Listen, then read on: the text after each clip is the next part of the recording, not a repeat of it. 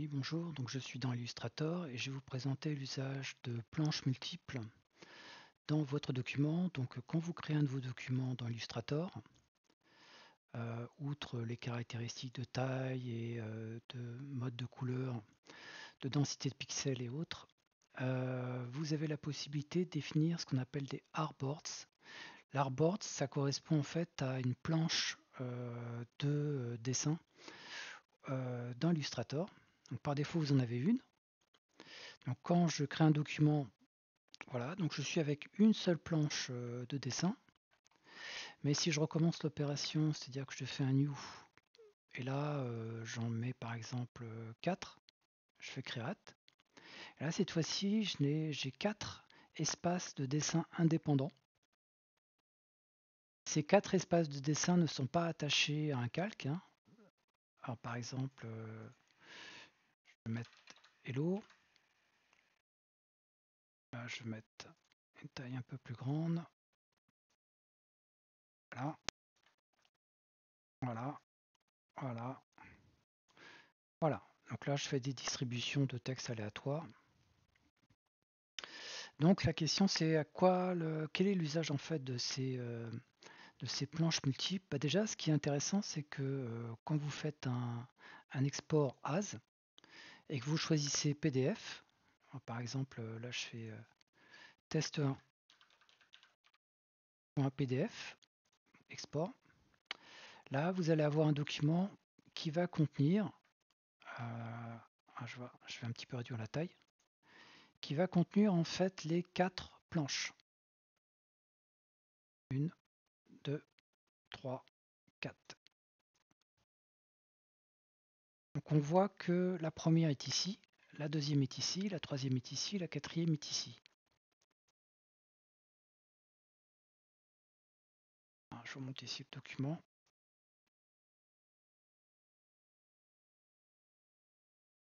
Ce sera plus facile à comprendre. Là dans le PDF, je me positionne sur la première page. J'ai bien celle-là. Je descends, j'arrive sur la deuxième page, c'est bien celle-là. Et je continue ainsi de suite. Troisième page, c'est celle-là. Quatrième page, c'est celle-là. Ça veut dire que quand je fais un new, il va me créer des pages de la gauche vers la droite et du haut vers le bas dans l'ordre de mon document final. Mais ce qui est un peu embêtant, c'est que je n'ai pas de numérotation de page, je ne sais pas à quoi ça correspond. Et si j'ai beaucoup de planches de travail pour faire un document, je peux rapidement me perdre dans l'ordre. Donc, ou même je peux vouloir changer l'ordre en me disant que ça, ça serait plutôt la deuxième page, ça serait la troisième, et ça serait la quatrième, et ainsi de suite. Je ne veux pas forcément récupérer un ordre prédéfini. Donc pour pouvoir changer l'ordre, donc là je vais fermer le document PDF, je vais aller dans Windows, et là je vais sélectionner Artboards. Et dans Artboards ici, alors ça se voit pas très bien, mais en fait quand on clique ici sur les noms, ici j'ai une petite sélection qui se fait au niveau de la bordure de ma planche de travail, et qui est très légère, hein. Et donc ça va me permettre en fait de savoir à quoi ça correspond. Je vais pouvoir renommer. Je veux dire que maintenant celle-là, ça va être la page 2. C'est-à-dire que a priori c'est celui-là, va être la page 2. Donc là je vais l'appeler page 2. Ça c'est toujours le quatrième. Et ça, je veux dire que par exemple c'est la page 3. Donc ce que je peux faire, c'est utiliser les flèches pour descendre mes pages pour qu'elles soient toujours numérotées. L'ordre qui apparaît ici correspond à l'ordre qui va être utilisé pour générer le PDF. C'est-à-dire que si je veux que ma page 2 passe réellement en page 2, je dois la remonter en page 2.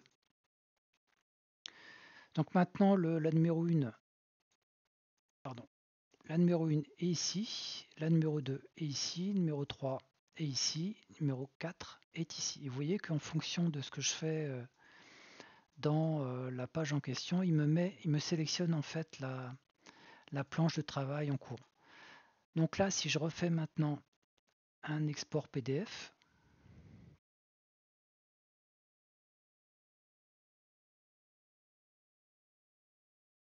donc la première page, c'est Hello.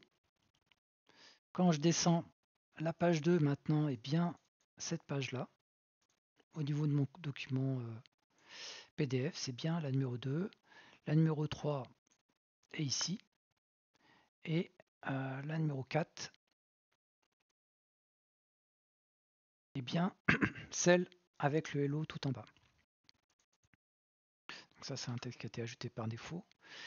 Ce qui peut être fait également, c'est créer de nouvelles planches de travail ou les réorganiser visuellement en cliquant sur cette icône. En fait, c'est une espèce de petit... Alors là, je vais déplacer ma fenêtre pour que ça soit plus visible. C'est cette espèce de petite icône carré légèrement vers le bas, au-dessus de la loupe. Donc quand je clique dessus, en fait, on retrouve bien le titre de mes pages, de mes planches. Et également, quand je clique sur les planches, j'ai maintenant des poignées pour les redimensionner ou les déplacer. C'est-à-dire que maintenant, je veux que la page 2 soit ici, soit plus facile à comprendre. Donc ça, on va fermer ce truc. Hide bar. Voilà, ça je sais que c'est la page 3. Ça je sais que c'est la page 4. Voilà, comme ça je peux avoir une organisation qui est plus pratique et surtout je peux rajouter de nouvelles pages. Alors pour pouvoir le faire, et en reprenant exactement les dimensions de mes pages, je vais appuyer sur Alt et je vais déplacer une de mes planches. Et là, ce qui va se passer, c'est qu'il va la dupliquer et il va me créer en dessous, on voit bien, une artboard copy. Et je peux continuer comme ça.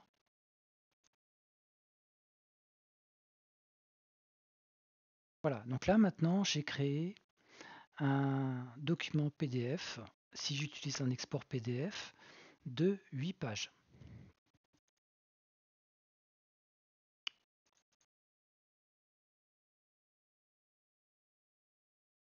Alors, par exemple, ici, je vais mettre page 8. Ici, c'est la page 5. Voilà, je vais faire un export PDF.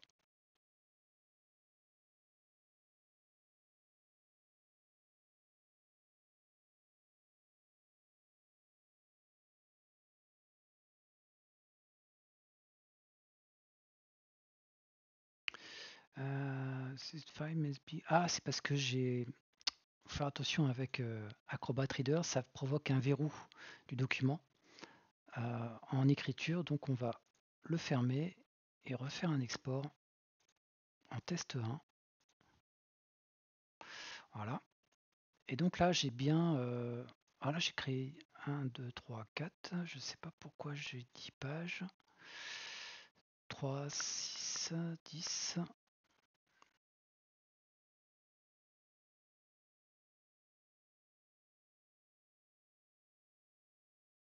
Donc là, on est bien sur la page 5.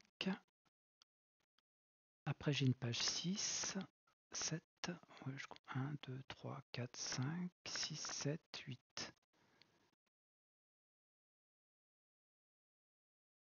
Voilà, là j'ai la page 8 et il m'en a rajouté 2. Alors parfois, ce qui se passe, je pense que c'est le cas, c'est qu'en fait, sans faire attention, j'ai créé des planches supplémentaires. Et vous voyez qu'elle apparaît ici en fait avec le rectangle. Donc là, si je reclique ici, je vais la supprimer. Je la sélectionne, je fais Supr et je regarde si j'en ai pas créé d'autres.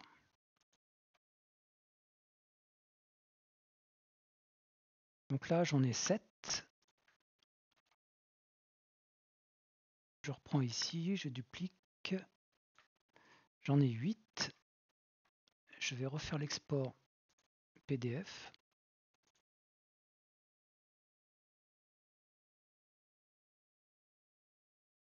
Et là, j'en ai bien 8.